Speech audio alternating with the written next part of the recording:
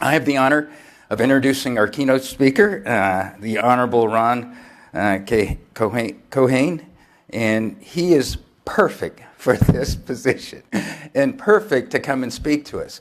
He is the Assistant Secretary of Defense for Manpower and Reserve Affairs, and as the G1, my job was to work with his equivalent at the level of the Army, and man, these folks are so important. They're running everything for all people, all civilians, the reserve affairs, and all military. And he had the job in an earlier administration with the Obama administration where he's in charge of military families and communities. So what could be more perfect than you look at that, fostering inclusive communities for military families? That's exactly where he's focused. So we're very, very deeply honored, sir. And thank you for your service in the Pentagon. Thank you. Most times in the Pentagon, when you have a job like his, you have to run to go to the restroom. There are no breaks in between your meetings. So this is probably like a vacation for him to come over here. But, sir, thank you. Let's give him a warm round of applause. Thank you. Thank you, sir. All right. Well, thank you very much, General. It is a pleasure to be here today, and thank you for your service. And it's wonderful to see so many, I got to get this right, familiar faces. I learned early in the job you can't say, hey, I see a lot of old faces here. So I got to make sure I don't do that. But good afternoon, everyone. It is an honor to be here today with all of you at this important event to talk about fostering inclusivity in our military families. I'd also like to take a moment and thank my longtime friend, Kathy Roth-Duque. I'm sorry? Not old. We were very young when we met. That's not old friend. Not old friend. But for the invitation to be here and for all of the tireless work that you've done on behalf of military families, which we all know and appreciate. Most importantly, you've lived this life. So you're a great example of the power military spouses hold and the changes that they can make each and every day to impact the quality of life for generations to come, in fact. So all your hard work and the hard work of your team has been fantastic. So congratulations to you and your team for all the accomplishments, not just today, but certainly in the future. Absolutely. And for those who don't know her husband, he's awesome as well. So he's a really great partner in all the work they do. So, when I was invited to speak here, it really invoked some memories of some of my trips overseas over the last few years to visit troops at combat areas like Iraq. I recalled service members standing shoulder to shoulder when I was over there, talking about how they protected each other and watched each other's back in a sandbox, regardless of their religion, their skin color, their sexual orientation, and it was actually very inspiring, as many of you have experienced. At the same time, it really made me think about how much more impact we have when we come together, respecting what makes us individuals and appreciating how much stronger we are as a whole when we come together with those differences.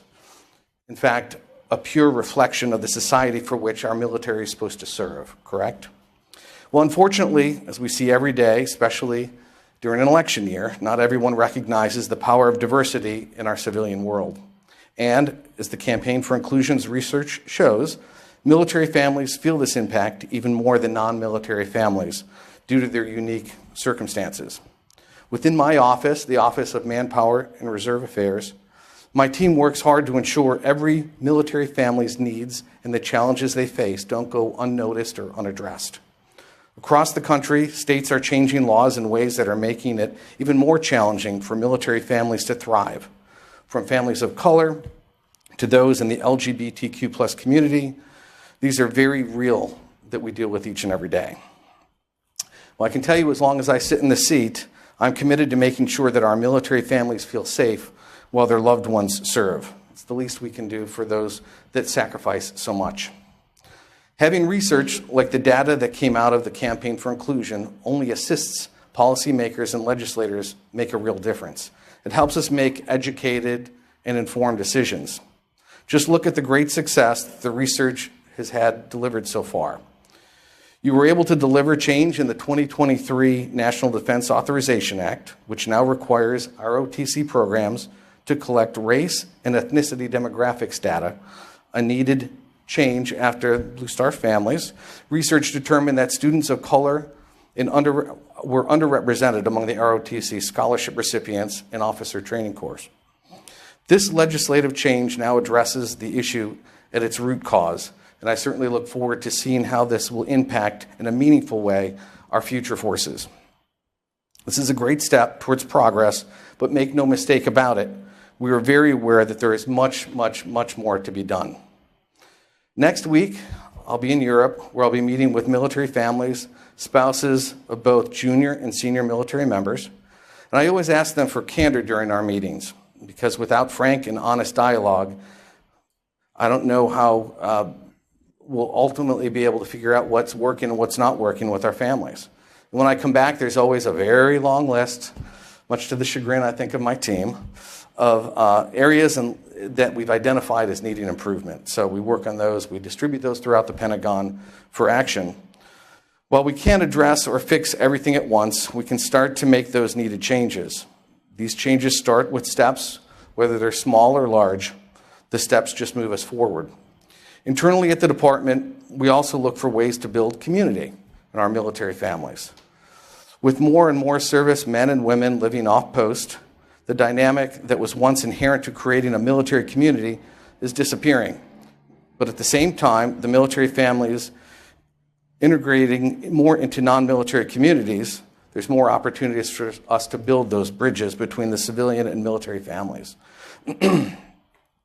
It's one of the many reasons why at the department we're grateful for our relationships with the VSOs and the MSOs that help us gain insights that we may not have otherwise had, and to help us connect in different ways with our most treasured assets, our military service members and their families.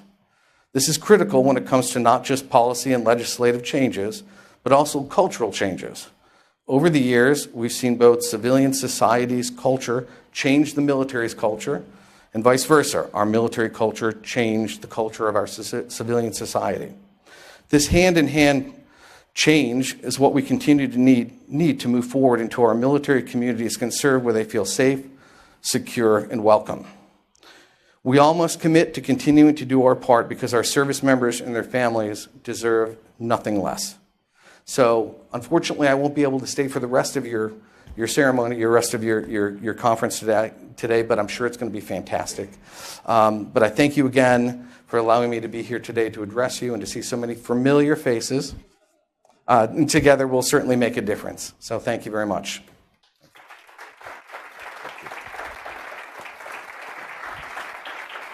Thanks, Dr.